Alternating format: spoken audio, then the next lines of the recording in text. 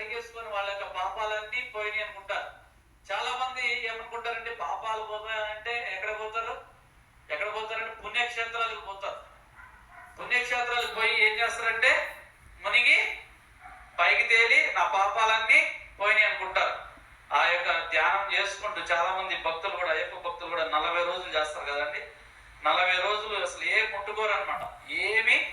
ఏది అస్సలు వాళ్ళంట భక్తులు ఎవరుండరు. వాళ్ళంట నాకు ఒక ఫ్రెండ్ ఉన్నాడు అనమాట, అంటే తమ్ముడు అవుతాడు ఒక ఆయన. ఏంటంటే ఆయన అయ్యప్ప భక్తుడిగా ఉన్నాడు అనమాట. అయ్యప్ప భక్తుడిగా ఉండి అయ్యప్ప ఆయన దగ్గర డబ్బులు లేవు. డబ్బుల కోసం అడిగాడు, అన్నా నేను అయ్యప్ప దర్శనానికి వెళ్తున్నాను, రిటర్న్ లో నాకు డబ్బులు సరిపోవట్లేదు అని చెప్పేసి అన్నాడు.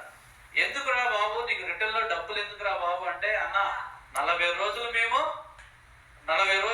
అన్ని మందు అన్ని మానేసి మా యొక్క జలసాలు మానేసి దేవుని దగ్గర ఉన్నాం. రిటర్న్ లో వచ్చేటప్పుడు అంట ఆయన జలసాలు చేయాలంట. ఎందుకండి అటువంటి భక్తి వేస్ట్ అనమాట. ఒకసారి మనం చూసినట్లయితే దావీదు ప్రార్థన చేస్తున్నాడు, మేము పాపములో పుట్టిన వాడును, పాపముతోనే నా తల్లి గర్భము ధరించును, ఇంకా అనేకమైన దోషాలతో నేను ఉన్నాను.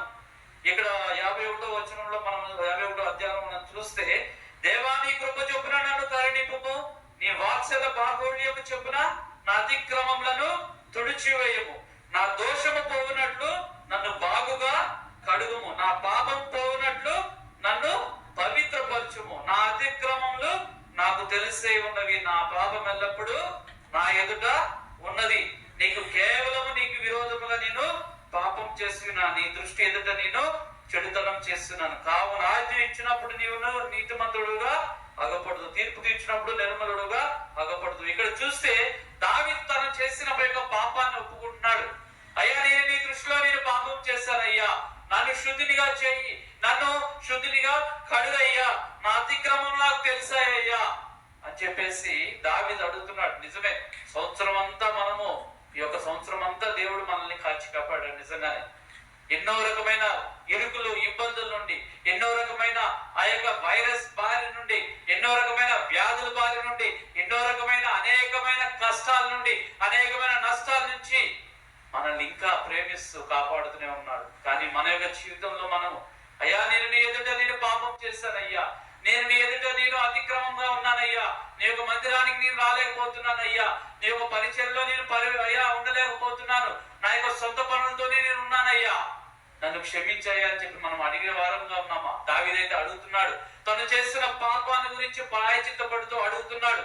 అయ్యా నేను చేసిన పాపం నాకు తెలిసింది, దయతో నన్ను క్షమించు, నా యొక్క పాపాన్ని అయ్యా నైనా తీసివేయ్యా, నా యొక్క పాపాన్ని అయ్యా నైనా తుడిచివేయ్యా, నా యొక్క జీవితాన్ని శుద్ధమైన హృదయముగా చేయ్యా, శుద్ధమైన జీవితంగా చేయ్యా అని చెప్పేసి అడుగుతా ఉన్నారు. ఈ రోజు వింటున్న ప్రతి ఒక్క బిడ్డ అడుగుతున్నాడు, దేవుడు అడుగుతున్నాడు, నీ యొక్క పాపాలని ఒప్పుకుంటున్నావా? నువ్వు చేసిన అతిక్రమాలను ఒప్పుకుంటున్నావా? నువ్వు చేసిన యొక్క అనేకమైన స్థితిని, అనేకమైన వ్యర్థమైన వాటిని నీవు దేవుని ఎదుట ఒప్పుకున్నా. దావీదైతే ఒప్పుకుంటున్నాడు, ఒప్పుకొని పశ్చాత్తాపడుతున్నాడు, తన యొక్క హృదయంలో వేదన చెందుతున్నాడు, తన యొక్క హృదయంలో అనేకంగా ఏడుస్తున్నాడు, బాధపడుతున్నాడు.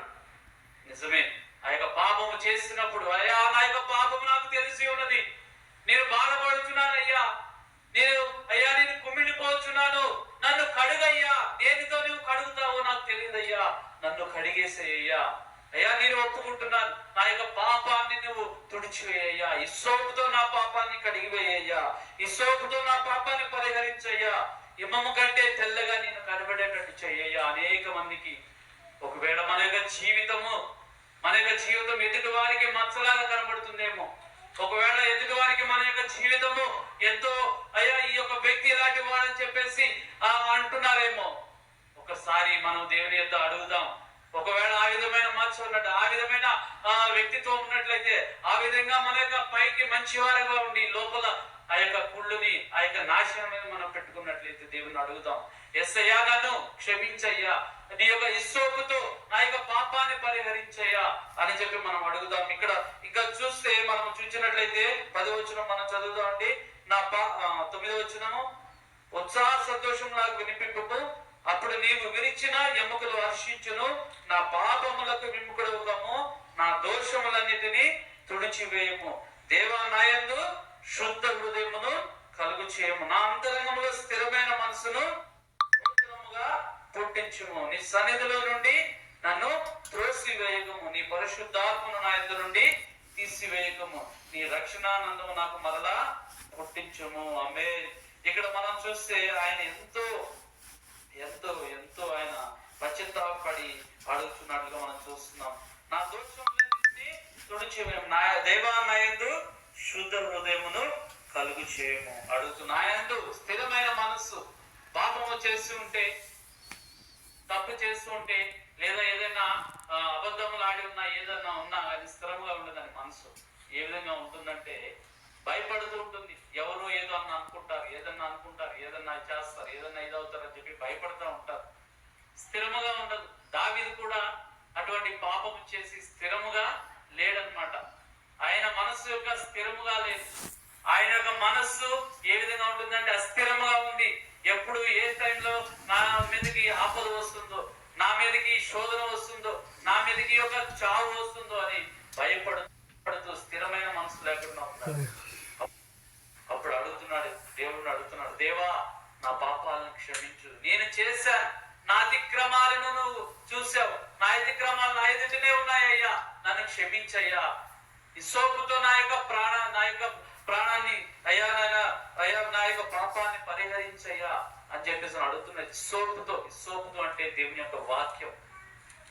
ఆ యొక్క వాక్యంతో మన యొక్క పాపాలను మనం ఏం చేయాలంటే పరిహరించుకోవాలి. దేవుడు మనకి వాక్యాన్ని ఇచ్చాడు. దేవుని దగ్గర మనం మన యొక్క పాపాలను ఒప్పుకొని పశ్చాత్తాపడాలి. పశ్చాత్తాపడినప్పుడు ఆయన మన యొక్క పాపాలను పరిహరిస్తాడు. ఇంకా అడుగుతున్నాడు, దావీదు అడుగుతున్నాడు, నా యందు శుద్ధ హృదయాన్ని కలుగు చేయ్యా. శుద్ధ హృదయాన్ని. ఎటువంటి శుద్ధ హృదయం? ఆయన యొక్క హృదయం పాడైపోయింది. ఆయన యొక్క హృదయము కల్మషం అయిపోయింది. ఆయన యొక్క హృదయం అతిక్రమములతో నిండిపోయి ఉన్నది. ఆయన యొక్క హృదయం చెడిపోయి ఉన్నది. ఈ లోకములో చెడిపోయి ఉన్నది. ఆయన యొక్క అలవాటులతో చెడిపోయి ఉన్నది. దావీదు ఆ యొక్క తప్పును తెలుసుకుని అడుగుతున్నాడు, నాకు నా యొక్క హృదయంలో శుద్ధ హృదయాన్ని కలుగు చేయ్యా అని చెప్పేసి అడుగుతున్నాడు. ఒకవేళ మన యొక్క జీవితం కూడా ఆ విధంగా ఉన్నట్లయితే ఈ యొక్క చివరి వారంలో, సంవత్సరం చివరి వారంలో మనం యేసయ్యను అడుగుదాం. అయ్యా, నీకు విరోధముగా నేను జీవించానేమోనయ్యా, నీకు విరోధముగా నేను పాపం చేస్తూ ఉండవచ్చు, నేను అనుసరించకుండా నా యొక్క సొంత మార్గాల్లో, నా యొక్క సొంత ప్రవర్తనతో, నా యొక్క సొంత ఆలోచనలతో నేను ప్రవర్తించుండవచ్చయ్యా. నేను నీకు దూరంగా వెళ్ళిపోతున్నానయ్యా, నన్ను క్షమించయ్యా, నీ యొక్క దగ్గరకు తీసుకోయ్యా. నా యొక్క హృదయంలో ఉన్న పాప మళ్ళీ అంతటిని కడిగివేయ్యా. శుద్ధ హృదయాన్ని నువ్వు కలుగు చేయ్యా. శుద్ధ హృదయాన్ని నువ్వు కలుగు చేయ అని చెప్పి మనము ప్రార్థన చేసుకునే వారంలో తలలో చెప్పి ప్రార్థన చేసుకుందాం.